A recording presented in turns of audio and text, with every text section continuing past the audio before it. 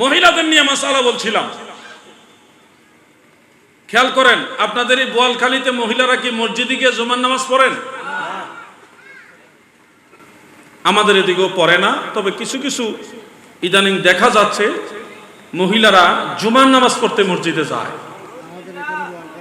বোয়ালখালীতে নাই, কিছু কিছু এলাকায়, বিশেষ করে উত্তরবঙ্গে, ঢাকাতেও কিছু আছে। অনেক জায়গায় এখন মা বোনদেরকে বলা হচ্ছে রসুলে পাকের জামানায় মহিলারা জুমার নামাজ পড়েছে, তারা ঈদের নামাজে গিয়েছে, সহিহ হাদিসে আছে, আপনারা কেন যাবেন না? মা বোনরা চিন্তা করে, ঠিকই তো, পুরুষ লোক গেলে আমরা যাবো না কেন? সমান অধিকার। বিভিন্ন কারণে, যুক্তিতে তারা এখন মসজিদে জুমার নামাজ পড়তে যায়। এখন যুবক ভাইরা, আমাদের মায়েরা, আমাদের বোনেরা, আমাদের পরিবারের মহিলা সদস্যরা, ওনারা মসজিদে জুমার নামাজ পড়তে যায় না, তাহলে আমরা কি হাদিস বিরোধী? প্রশ্ন আসতেছে। কিন্তু আমরা কি তাহলে রসুলের হাদিসের বিরোধী? প্রশ্ন আসতেছে। আমরা বলবো না, আমরা বিরোধী না। কোন দৃষ্টিতে? আপনাদের দলিল কি? আপনারা তাহলে কোন হাদিসের উপরে ডিপেন্ড করে মহিলাদেরকে বলতেছেন তারা মসজিদে যাবে না, জুমার নামাজ পড়ার জন্য মহিলারা মসজিদে যাবে না? আপনাদের দলিল কি? যদি আপনাকে প্রশ্ন করা হয়, কি উত্তর দিবেন? আপনাকে সেটা জানতে হবে না? প্রিয় ভাই আমার, আমি জানি আমার কথাগুলো অনেকের নলেজে আছে, অনেকের নাও থাকতে পারে। কথাগুলো মনোযোগ দিয়ে শুনবেন। মিডিয়ার বদলতে অনেকের কাছে কথাগুলো যাবে। আমাদের মা বোনেরা হানাফি মাযহাবের অনুসারী যারা, তারা জুমার নামাজ পড়ার জন্য মসজিদে যায় না একটা সহিহ হাদিসের উপরে আমল করার কারণে। কোন সেই সহিহ হাদিস? সেটা সিহাসিত্তার অন্যতম কিতাব সুনানু আবি দাউদের মধ্যে হযরতে তারিক ইবনে শিহাব রাদিয়াল্লাহু আনহু থেকে বর্ণিত।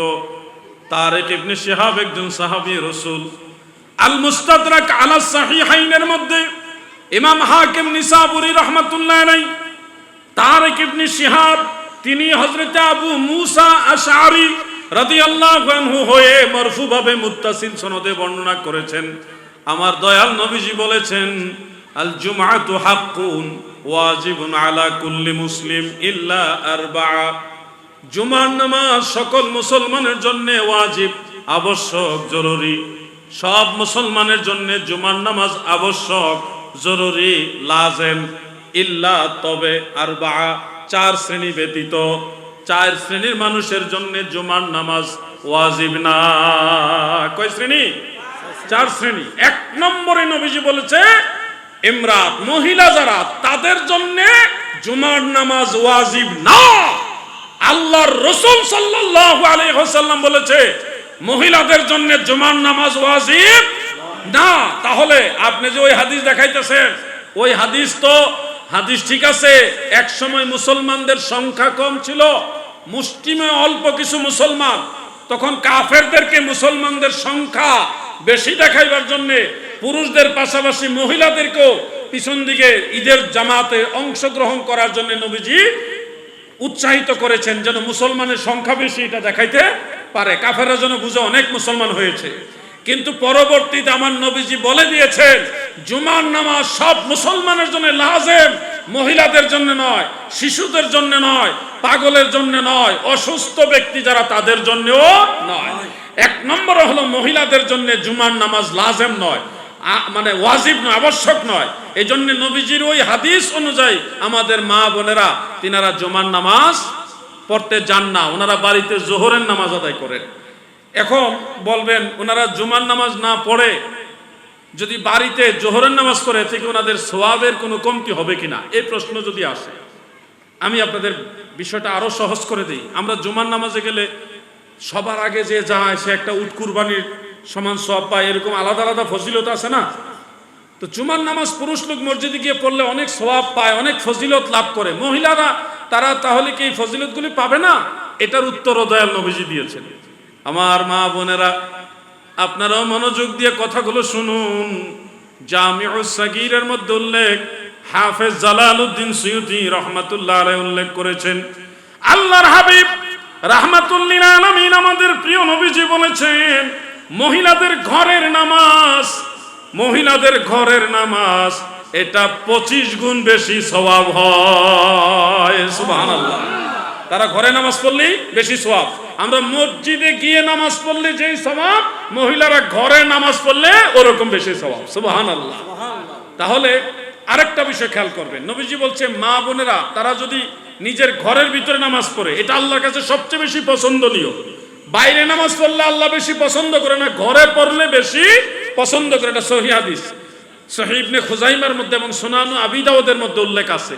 এই জন্য মনে রাখবেন, এরা মহিলাদেরকে নামাজের দোহাই দিয়ে মসজিদ থেকে বের করতে চায়। বের করে দিয়ে এখন কি কাহিনী ঘটতেছে তা তো বুঝতেই পারতেছেন না। এই জন্য মা বোনদেরকে তিনাদের প্রয়োজনে ওনারা ঘর থেকে বের হবেন, কিন্তু শরীয়তে উজর হিসেবে যেটা এলাও করে না, ওই উজর ছাড়া ঘর থেকে বের হওয়ার প্রয়োজন নেই। প্রয়োজন হলো ওনারা বের হবেন, নিষেধ নাই। মনে রাখবেন, অনেক সময় বলবে তো মক্কা মদিনাতে মহিলারা যে নামাজ পড়ে, এই প্রশ্নটা তুলবে। মক্কা শরীফে মহিলারা তো যাই ওখানে হজের জন্য অথবা উমরা করার জন্য, ওখানে গেছে নবীজির জিয়ারতের জন্য, রওজা মুবারক জিয়ারতের জন্য। উদ্দেশ্য হলো হজ উমরা জিয়ারত, হজ উমরা জিয়ারত। খেয়াল করে শুনবেন, শরীয়তের মাসআলা ফাতোয়া আলমগীরের মধ্যে উল্লেখ আছে, কোন মহিলা যদি হজের কারণে, উমরার কারণে, জিয়ারতের কারণে হারাম শরীফে উপস্থিত হন, উদ্দেশ্য ওই জামাতের উদ্দেশ্যে বের হওয়া নয়, উদ্দেশ্য হলো হজ, উদ্দেশ্য উমরা, উদ্দেশ্য নবীজির জিয়ারত, রওজা মুবারক জিয়ারত, ওই নিয়তে যদি ওই হারামাইন শরীফাইনে উপস্থিত হন এবং ওই অবস্থাতে যদি জামাত চালু হয়, তাহলে মহিলারা মহিলাদের কাতারে দাঁড়িয়ে যদি নামাজে শরিক হয়ে যায়, আদায় করে নেয়, তখন আর ওই ওয়াক্তিয়া নামাজ পুনরায় ওনাদের পড়তে হবে না। ওই জামাতে যদি শরিক হয় তাহলে ওনাদের নামাজ আদায় হয়ে যাবে। কেন? ওনাদের উদ্দেশ্য কিন্তু জামাতের উদ্দেশ্যে বের হওয়া না, উদ্দেশ্য হলো হজ, উদ্দেশ্য উমরা, উদ্দেশ্য দয়াল নবী রওজা মুবারক জিয়ারত। ওই ইনস্ট্যান্ট ওখানে সেখানে জামাত পড়েছে, এই ক্ষেত্রে কোনো অসুবিধা নাই। আমার ভাইয়েরা গো, ফিতনা থেকে বাঁচতে হবে। হযরত ওমর ফারুক রাদিয়াল্লাহু আনহুর জামানায় যখন দেখলেন মহিলারা ফজরের নামাজে, এশারের নামাজে যাচ্ছে, এর মাঝে কিছু ইফটিজিং জাতীয় ঘটনা ঘটতেছে। ইফটিজিং বুঝেন তো আপনারা? ভদ্র পোলাপান নিয়ে বসি, একবারে কিচ্ছু বুঝে না তারা, ফেরেশতা। এই যে ইফটিজিং, এটা নতুন জিনিস না, পুরাতন জিনিস।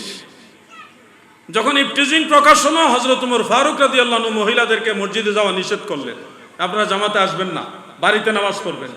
কেন নিষেধ করলেন? ওই নবীজির ওই হাদিসের আলোকে, বুয়ুতাহুন্না খায়রুন লাহুন্না, তাদের ঘর তাদের জন্য সর্বোত্তম। নবীজির ওই ফয়সালার উপরে ডিপেন্ড করে ফারুক আজম ওমর ফারুক রাদিয়াল্লাহু আনহু রায় দিলেন যে তোমরা মহিলারা, মা বোনেরা বাড়িতে নামাজ পড়বে, মসজিদে জামাতে আসবেন না।